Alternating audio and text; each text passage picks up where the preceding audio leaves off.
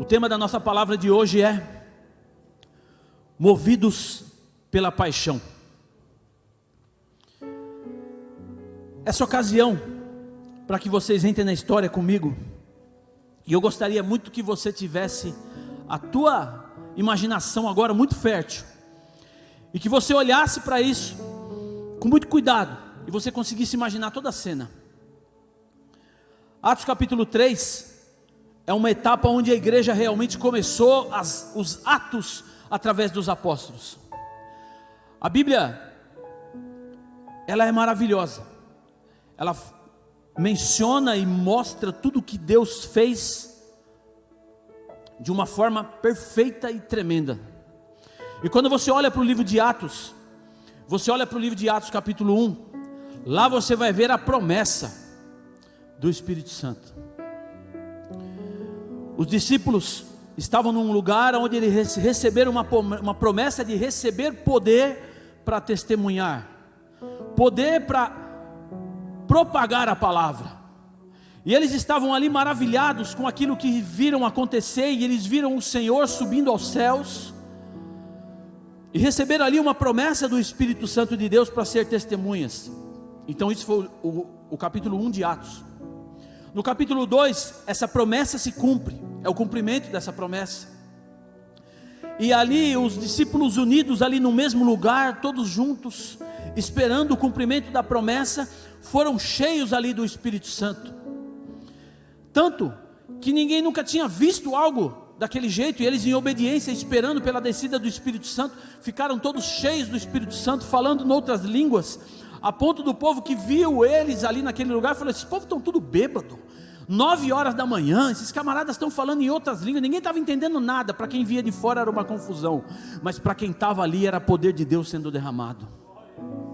E Pedro já emenda ali uma mensagem e fala assim: olha aqui, eles não estão bêbados coisa nenhuma não, é que o que eles experimentaram vocês não estão entendendo. E Pedro foi lá e trouxe a sua primeira palavra, citou lá Joel 2:28, dizendo que ali o Espírito Santo estava sendo derramado sobre toda a carne. 3.000 almas se converteram, a igreja começou. Começa a entrar nesse clima, meu irmão, começa a entender o que é que estava acontecendo. Atos capítulo 2, e o texto que a gente leu fala de um homem sentado numa porta do templo, lá em Atos capítulo 3, de 1 a 10. Aquele homem, coxo de nascença, como a Bíblia diz, eu fui procurar o significado desse nome, e não era necessariamente um aleijado. Ele poderia ter um defeito de, talvez ter uma perna mais curta que a outra, ser um manco, alguém que não tinha um defeito que o impossibilitava andar, mas alguém talvez um dia disse para ele assim: ó, se você for andar torto, é melhor você nem andar. Se você for fazer alguma coisa mal feita por causa da tua deficiência, é melhor nem fazer. E a sociedade naquela época era muito taxativa quanto a isso. E o coxo, o aleijado, seja lá quem for, ele não podia entrar no templo porque ele tinha um defeito. E aquele homem, a Bíblia não fala exatamente o que era, e não cabe a gente ficar discutindo isso aqui, mas aquele homem não podia entrar no templo. A lei de Moisés previa que ele poderia tão somente ficar na porta do templo para pedir esmolas. E a porta formosa era a porta onde entravam os homens no templo. Havia um lugar onde entravam os gentios, havia um lugar onde entravam as mulheres, e havia um lugar onde entravam os homens. E aquele homem ficava naquela porta, uma porta gigantesca, só os homens passavam por ela. As dimensões dessa porta era algo gigante, muito grande, cerca de mais ou menos 21 metros de largura, 25 metros de altura. Dá para você ter ideia dessa dimensão?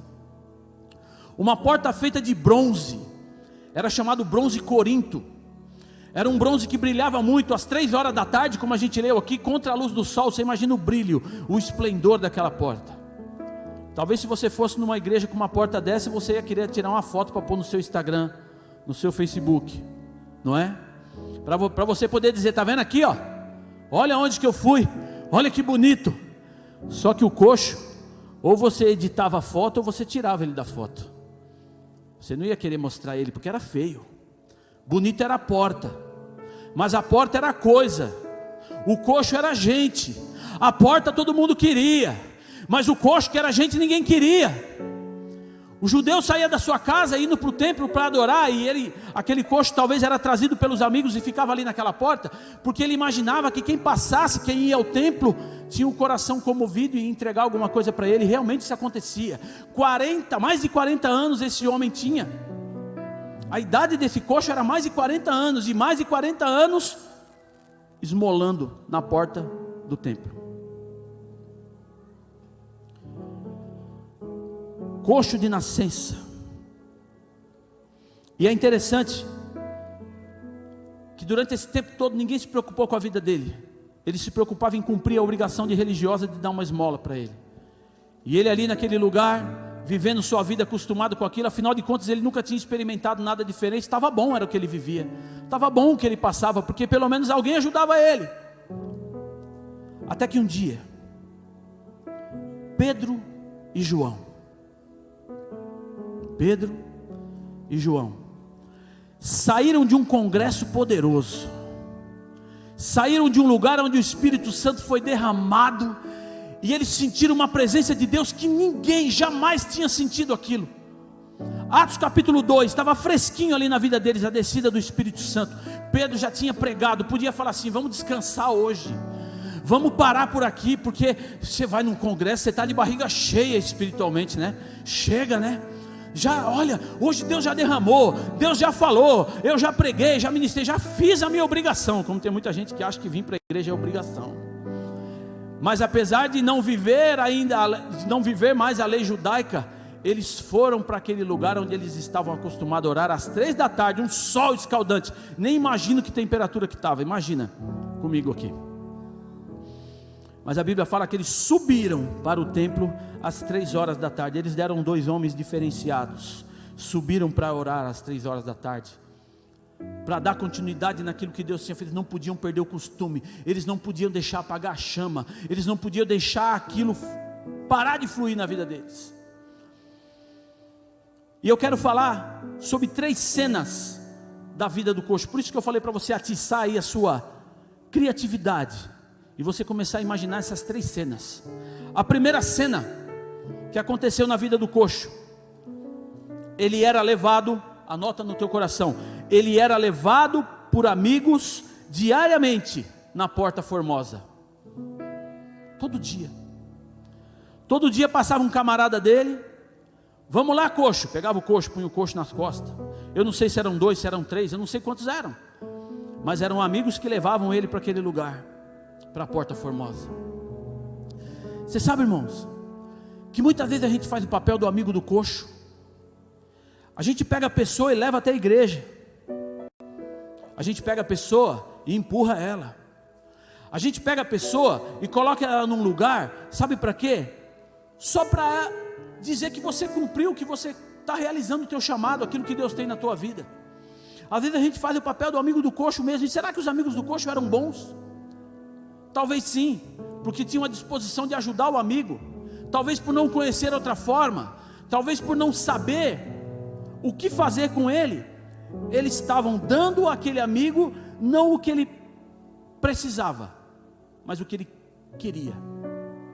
E há uma grande diferença de você dar o que as pessoas querem e dar o que as pessoas precisam.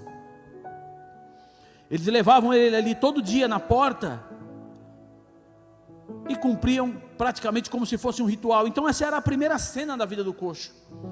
Isso era diariamente, todos os dias, sem falhar dia algum, acontecia isso na vida dele.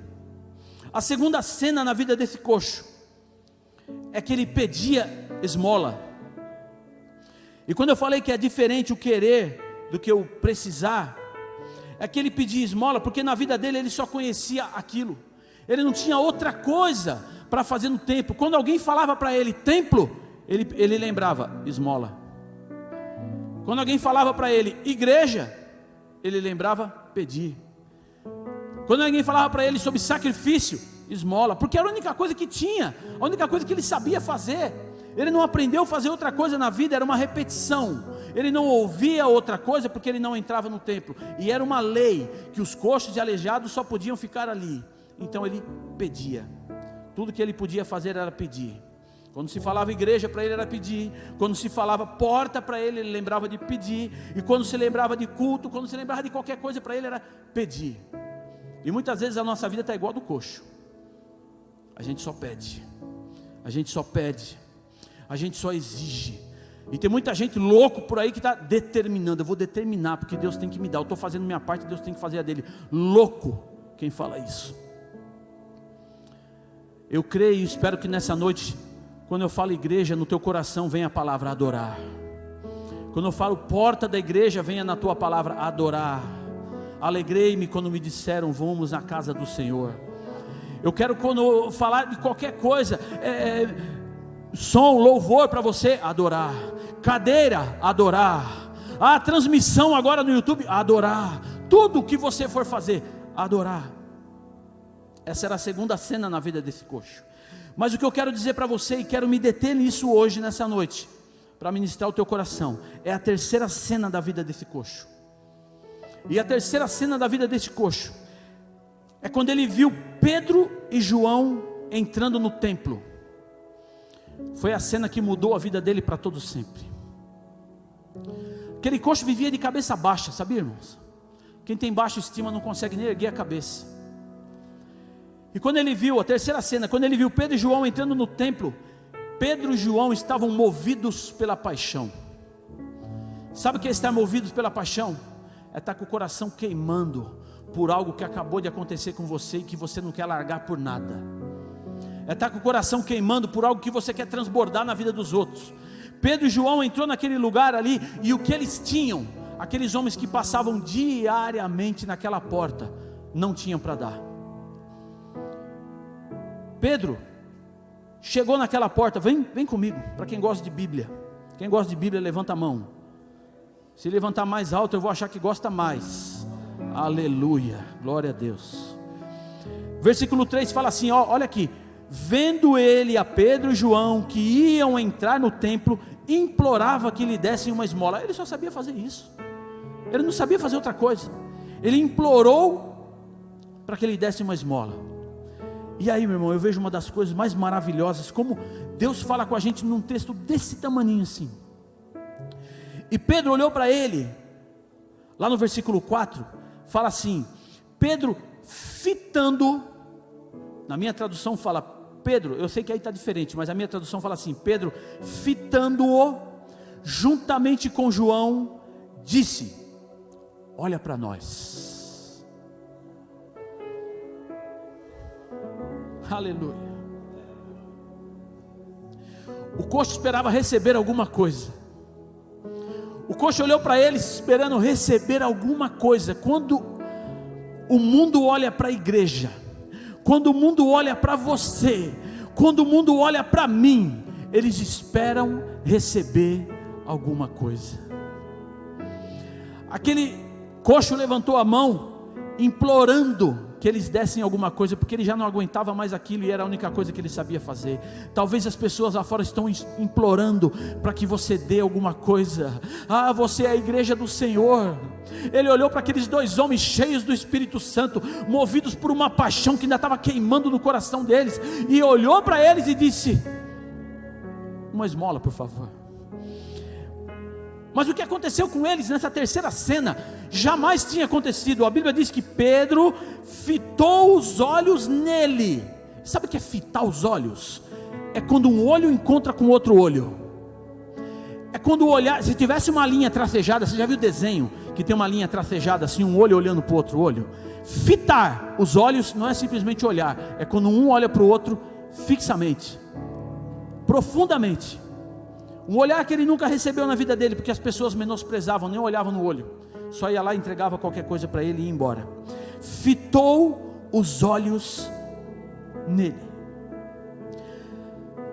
Em Atos capítulo 1, versículo 10, um pouquinho lá atrás, quando Jesus subiu aos céus, Atos capítulo 1, versículo 10 diz assim, que os discípulos estavam com os seus olhos fitados no céu, olhando para Jesus subindo entre as nuvens.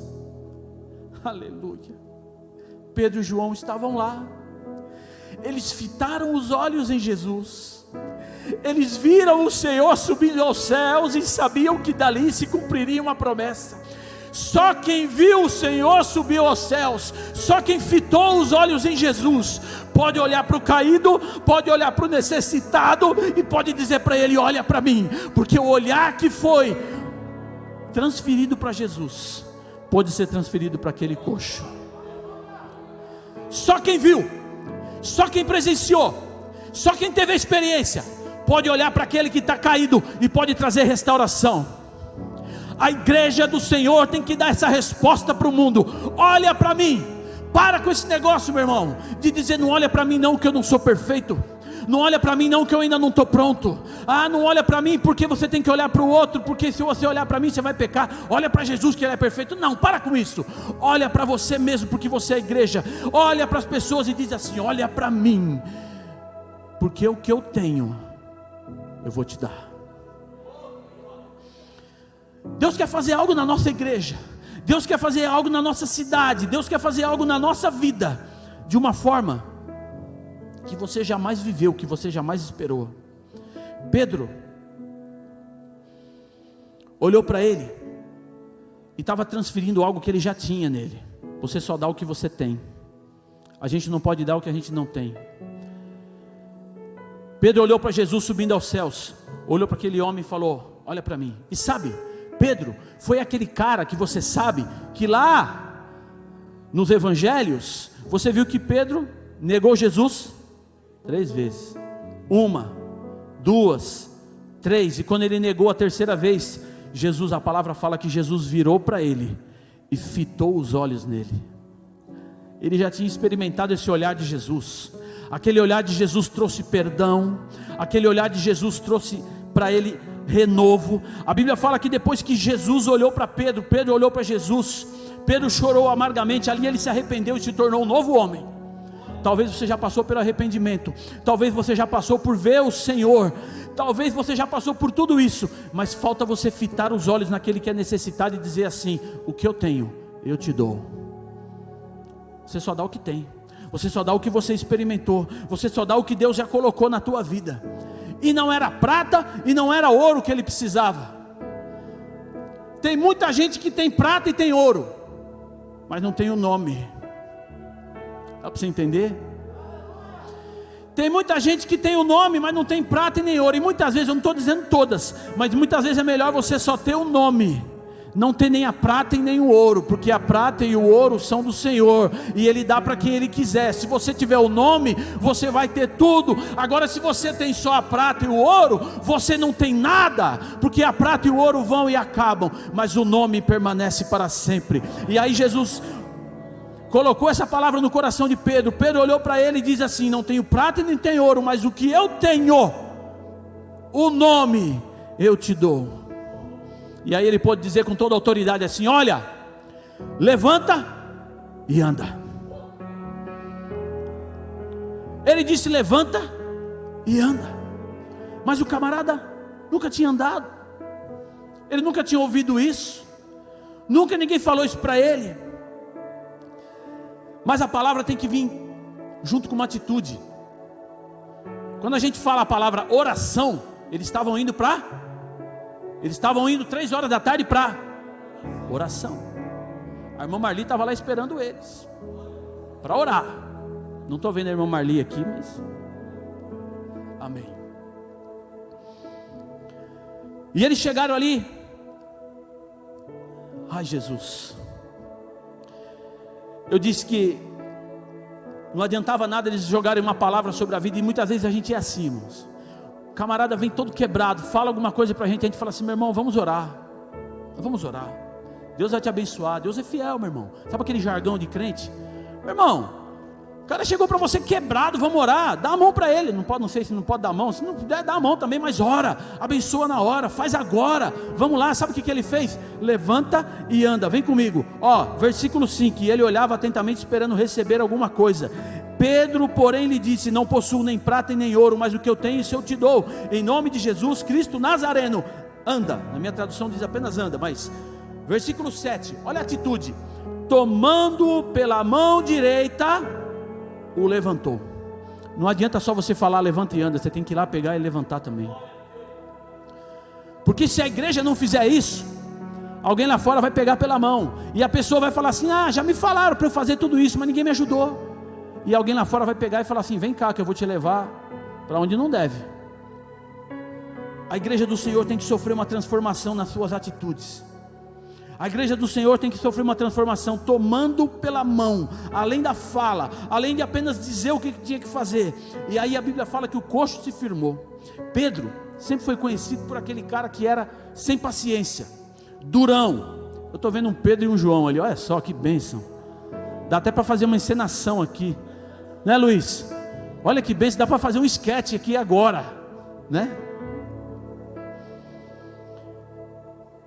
E tomando pela mão, levantou, o coxo se firmou. Pedro, sabe o que ele estava fazendo, irmãos? Nada mais, nada menos do que retribuindo o que ele recebeu. Jesus fitou os olhos nele, curou o coração dele, fez com que ele se arrependesse. Ele fitou os olhos em Jesus, aí ele falou: já entendi a receita. Quando eu ver alguém necessitado agora, eu vou fitar os olhos também, vou dizer: levanta e anda. E ele foi lá e tomou uma atitude, e aquilo aconteceu. Porque Pedro já tinha vivido cura, Pedro já tinha vivido restauração. Olha quem foi Pedro. Pedro foi aquele cara que Jesus curou a sogra dele, lembra? Quem gosta de Bíblia aqui? Ele já tinha visto Jesus curar a sogra dele. Pedro já tinha visto ele, no meio de uma tempestade, começar a afundar na tempestade. E o que aconteceu? Começou a afundar. O que aconteceu? O que Jesus fez? Pegou ele pela mão. Aleluia. O que ele fez com o coxo? Pegou pela mão. O mestre ensina todas as coisas. Tudo que você precisa de fazer, Jesus fala. Jesus já fez, Jesus já mostrou. Ele é todo poderoso, Ele fala o que você tem que fazer e Ele mostra o que você tem que fazer. Aleluia.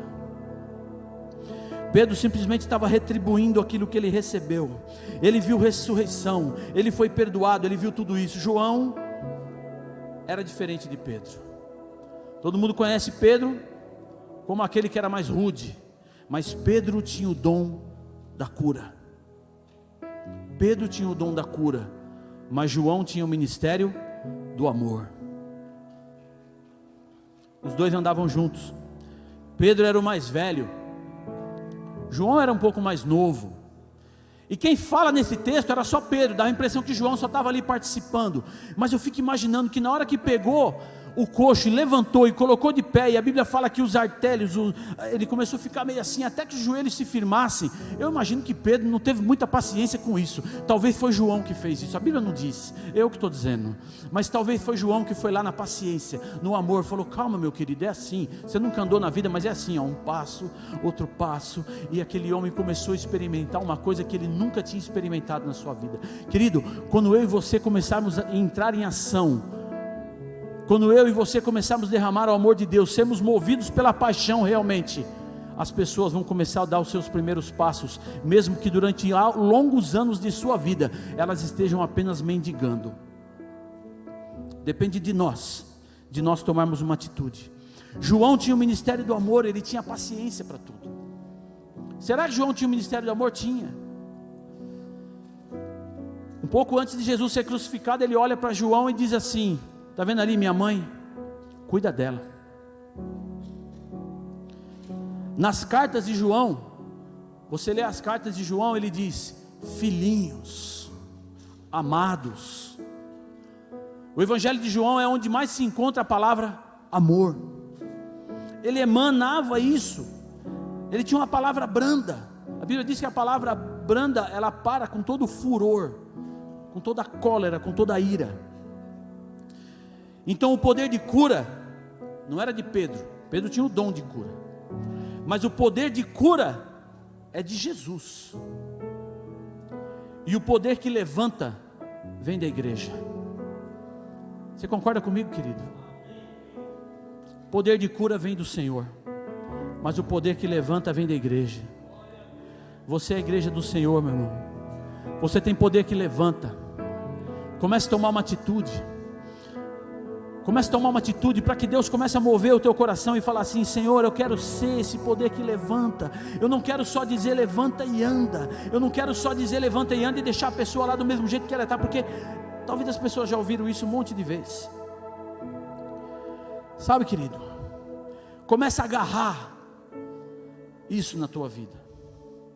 Agarra a igreja do Senhor, como aquele homem se agarrou, porque sabe aquele irmão de oração que está sempre junto com você, aquele irmão que compartilha as suas batalhas, sabe aquele jovem que canta, que toca, que está sempre junto com você, abraça ele junto com você também. Ele é a igreja do Senhor junto com você. Sabe aquele pastor que vai lá, te aconselha, que muitas vezes toca, põe o dedo na ferida, e você fala assim, não, eu não posso, não concordo. Ele está querendo te livrar do mal, ele está querendo fazer isso por você. Sabe aquele diácono que te adverte, sabe aquela pessoa que muitas vezes te repreende, ele quer fazer com que você entenda essas coisas. Em nome de Jesus, nós precisamos de começar a exercitar isso. E às vezes as pessoas, quando são afrontadas com certo tipo de coisa, vai e abandona a igreja. Abandona esse mover que levanta, esse poder que transforma. E quem abandona a igreja acaba ficando 3 coisas, eu vou dizer para você: vulnerável, ingrato e autônomo. Concorda comigo? Vulnerável, porque a Bíblia diz que o diabo anda ao derredor, buscando a quem possa tragar. O anjo do Senhor está ao nosso redor, e quando você abandona o anjo do Senhor, e aí o diabo vem e entra, você fica vulnerável. Ingrato, porque isso é um sentimento ruim, de tudo aquilo que já fizeram, tudo aquilo que já derramaram, tudo aquilo que já se esforçaram por você. E autônomo, eu nem vou comentar isso, porque do seu jeito não dá. Ninguém faz nada sozinho, ninguém vive independente sem precisar de ninguém. Ninguém faz a sua vida o que dá na telha, o que dá na cabeça. Pedro e Jesus foram movidos pela paixão, e ser movidos pela paixão fez com que aquele coxo saltasse e andasse. Eu ouvi uma coisa essa semana interessante, falando assim que a neurociência fala que a paixão é classificada como uma leve demência. Dá para entender isso? Você já viu alguém apaixonado? O cara fica de um jeito que tudo é lindo, tudo é maravilhoso, ele nem percebe o que está acontecendo. Ele está atravessando a rua, o ônibus vem vindo, buzinando, ele não vê, ele está apaixonado, ele está pensando no amor dele. Ele não se preocupa com mais nada, tudo está bonito, tudo está lindo, tudo está maravilhoso. Então, a paixão que ele viu nos olhos de Pedro, a paixão que ele viu nos olhos de João, fez com que ele ficasse contaminado com aquilo.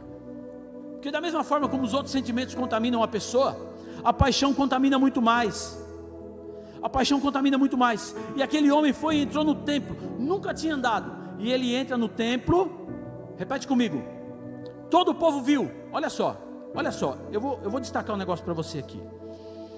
Versículo 8: de um salto se pôs em pé, e passou a andar, e entrou com eles no templo, saltando e louvando a Deus. Olha lá, repete comigo: andando, saltando e louvando a Deus.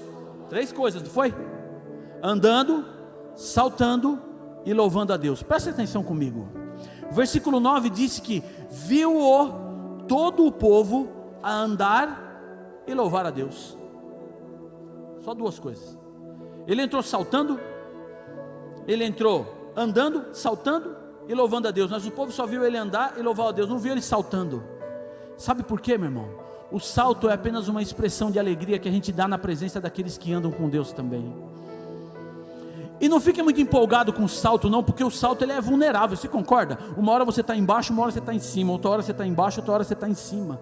Isso quer dizer que hoje você pode estar lá embaixo, hoje você pode estar caído, eu não sei como é que você entrou aqui hoje, mas amanhã você vai estar lá em cima, porque o Senhor vai abençoar você. Mas também não fique bobo por causa disso, achando que você é a última Coca-Cola do deserto, porque amanhã você pode estar lá embaixo também, e lá embaixo você vai clamar ao Senhor, e não fique preocupado com isso, porque todo servo de Deus passa por isso novamente. Mas aí o Senhor te abençoa e você está lá em cima de novo. Então você vai estar andando na tua vida andando, saltando e louvando a Deus. E não importa aonde você esteja hoje, mas o Senhor vai colocar sobre a tua vida uma alegria constante. Não importa os altos e baixos que você vai ter na tua vida, o Senhor vai fazer com que a tua vida seja não apenas um salto momentâneo, mas você vai andar e você vai louvar o Senhor perpetuamente. Você está entendendo isso, meu irmão? Você está pegando o que eu estou dizendo para você? Aqueles que viram ele entrar dentro do templo e viam ele todo dia lá na porta, tiveram a oportunidade de fazer alguma coisa por ele, mas nunca fizeram. Tiveram a oportunidade de abençoar também, mas nunca abençoaram. E quando viram ele, ficaram surpresos. Como é que pode? Esse homem estava ali durante esse tempo todo. Quem viu ali décadas aquele homem ali plantado na porta do templo?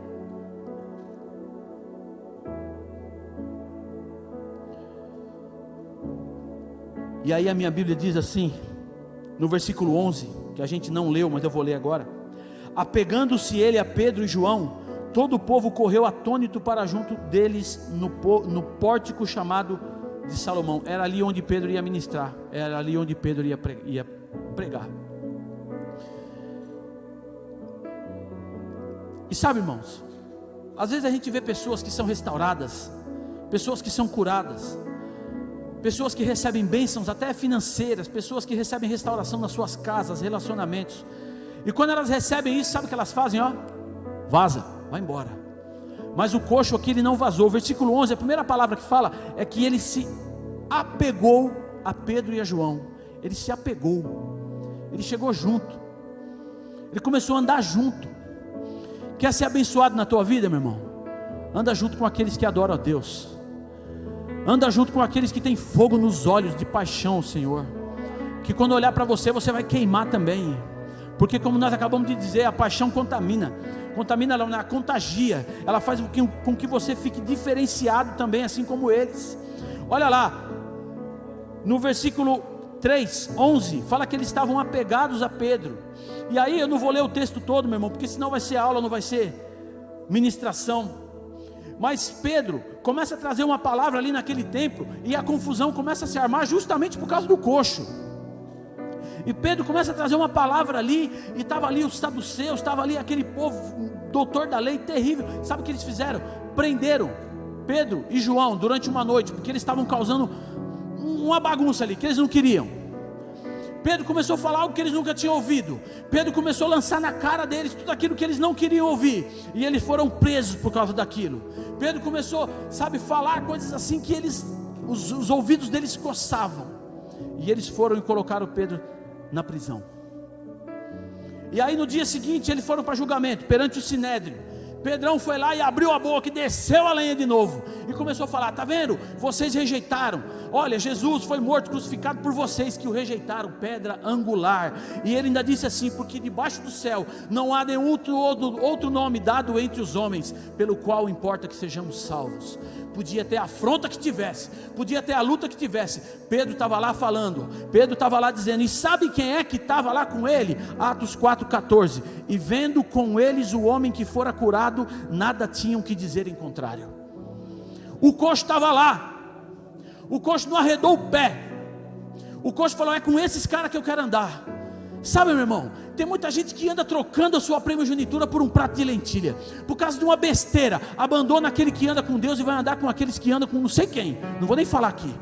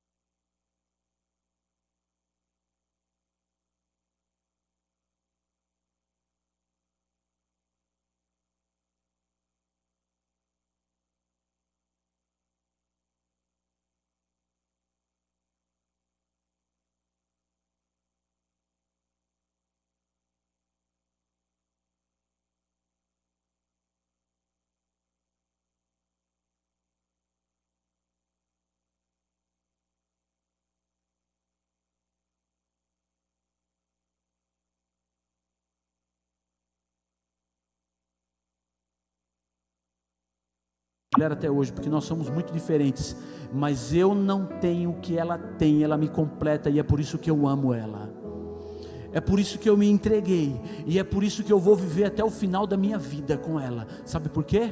Porque a gente se completa. Te amo. E sabe, irmãos, a beleza da igreja é essa, é você entender as diferenças, mas você saber que todos, independente da diferença, tem que ter esse fogo no olhar, para poder dizer. Eu ouvi um ditado, eu lembrei agora que eu ouvi um ditado assim, que você não coloca uma galinha morta sobre ovos vivos. Você não vai colocar algo que é precioso, que vai gerar vida, sobre alguém que não vai fazer nada. Meu irmão, toma cuidado com aquilo que você semeia na tua mente. Mergulha nessa palavra. Nós cantamos um louvor que diz que nós vamos mergulhar no teu rio. Eu queria que até o pastor Edson cantasse novamente. E eu vou te entregar uma chave nessa noite. Já estou encerrando, querido. Estou me alongando aqui um pouco. Muitos têm vivido como coxos, porque não conseguem enxergar a cura no espírito. E muitas vezes a tua enfermidade não é nem na carne. Muitas vezes a tua enfermidade não é aparente, mas é uma enfermidade no espírito, na alma. Algo que Deus precisa ir lá e colocar o dedo realmente. E a gente precisa de tomar uma atitude, levantar e andar. Sabe, querido, você pode viver esse milagre. Eu vou te dar uma receita, eu vou te dar uma chave. Chame a sua limitação, seja ela qual for, aquilo que você sabe no teu coração que está te impedindo de você servir ao Senhor de todo o teu coração. Olha para ela, fita o olho nela e diz para ela o seguinte: que você não vai mais compactuar com ela. Coloca um basta, define isso. Porque quando houver paixão nos teus olhos, quando houver visão de cura sobre a tua vida, ninguém mais vai poder te paralisar. Ninguém mais vai poder parar a tua vida e vai poder dizer que você não pode. Ninguém mais vai poder parar e vai poder limitar aquilo que Deus pode fazer na tua vida. Mas quando você receber uma palavra dizendo para você: levanta e anda, estende a mão, porque vai ter alguém para estender a mão, segurar na tua mão e te levantar, em nome de Jesus. Amém, querido? A igreja do Senhor tem poder para levantar, o Senhor tem poder para curar, o Senhor tem poder para restaurar, e a igreja tem poder para levantar, em nome de Jesus. Eu quero finalizar dizendo para você: levanta e anda. Às vezes a gente precisa de consultar o nosso coração e voltar lá no primeiro amor, não perder o fogo, a paixão que tinha feito João e Pedro chegar diante daquele paralítico e falar tudo aquilo. Lá no livro de Apocalipse, já estou acabando, lá no livro de Apocalipse, capítulo 2, na carta da igreja de Éfeso, há um texto muito interessante, que diz: conheço as tuas obras. Presta atenção, meu irmão, talvez você pode identificar tudo isso. Conheço as tuas obras, tanto o teu labor como a tua perseverança, que não podes suportar homens maus, e que puseste à prova os que a si mesmos se declaram apóstolos e não são, e os achastes mentirosos, e tens perseverança e suportastes provas por amor do meu nome, e não te deixaste esmorecer. Ele está falando da igreja de Éfeso. E talvez, se chegasse para um pastor e falasse assim: você quer dirigir uma igreja dessa, bispo? Você quer dirigir uma igreja dessa? Todo pastor queria. Perfeito. Um povo que não suporta a corrupção, não suporta nada de errado. Mas o anjo do Senhor diz assim: tenho porém contra ti, que abandonaste o teu primeiro amor. Sabe o que é o primeiro amor? É a paixão. O primeiro amor é aquilo que te impulsiona para você fazer loucura, para você sair muitas vezes da tua razão, para você começar a fazer coisas pelo Senhor que as pessoas podem julgar até loucura, que as pessoas podem julgar até ilegal, como Pedro e João sofreram aqui. Não, você curou? Não, mas você curou, mas não podia ter curado, então agora você vai preso porque você foi curado. Meu querido, em nome de Jesus, há cadeias que precisam de ser quebradas pela paixão. Sabe como é que nós vamos quebrar cadeias na vida das pessoas? Quando a gente exalar esse primeiro amor, quando a gente nunca deixar isso sumir na nossa vida, porque se existir algum dia, ele está aí dentro do teu coração, e eu vou falar, vasculha todas as áreas mais profundas do teu coração, e ressuscita esse primeiro amor, para que a gente possa viver dias gloriosos, em nome de Jesus. Fica de pé no teu lugar, em nome de Jesus. Que você seja movido pela paixão, que você seja inundado por esse amor do Senhor. E se há algo que você precisa de vasculhar no seu coração e tirar tudo que está em cima, tudo aquilo que está impedindo, e você começar a mudar a tua ótica, mudar o jeito de enxergar.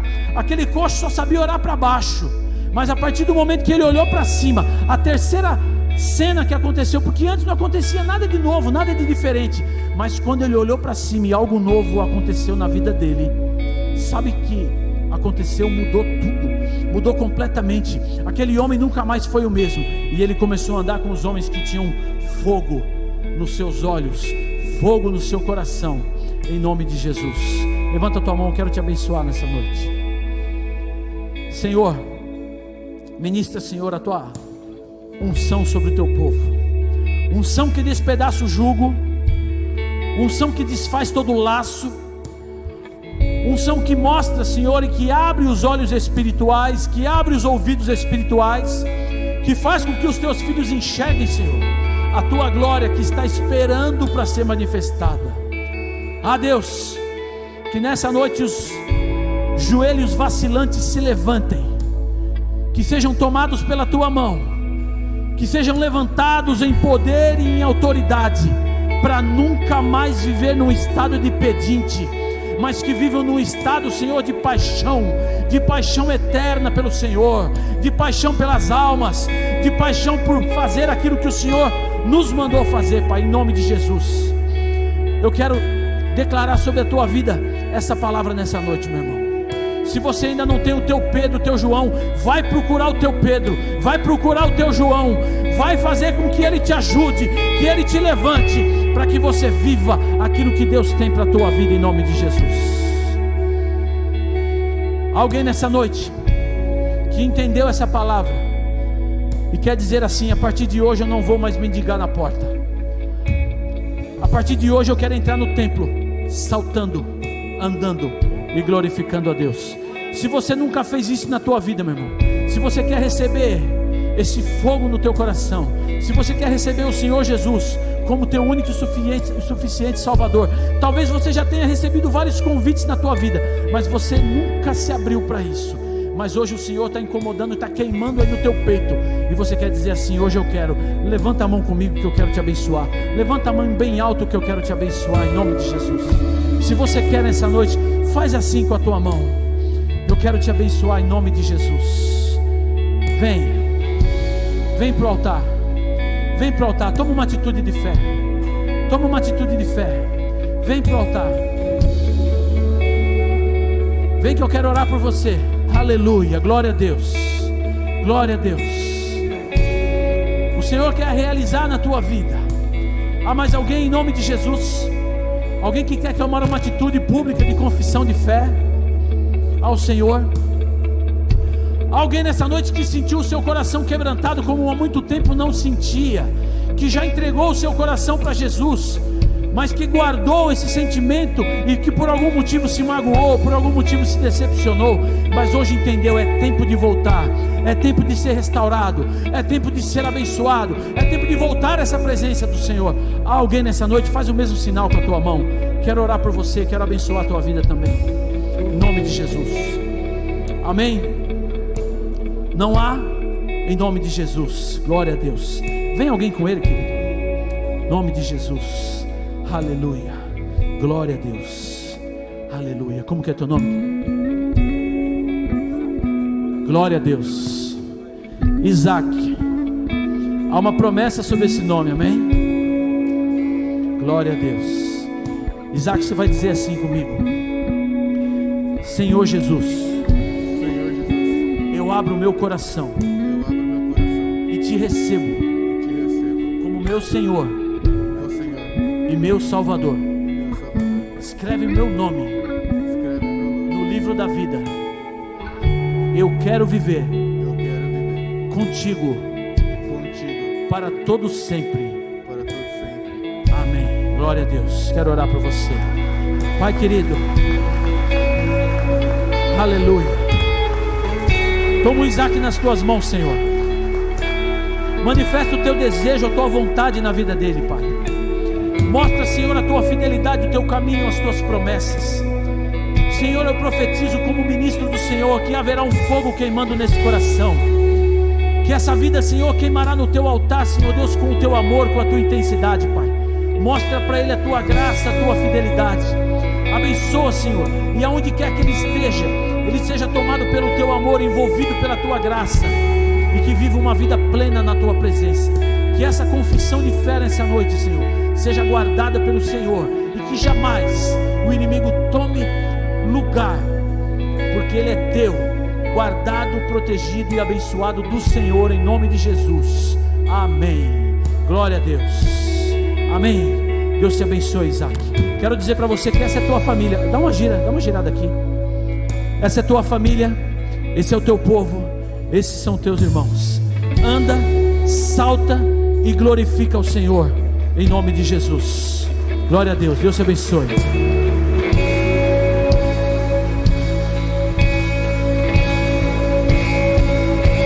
Eu quero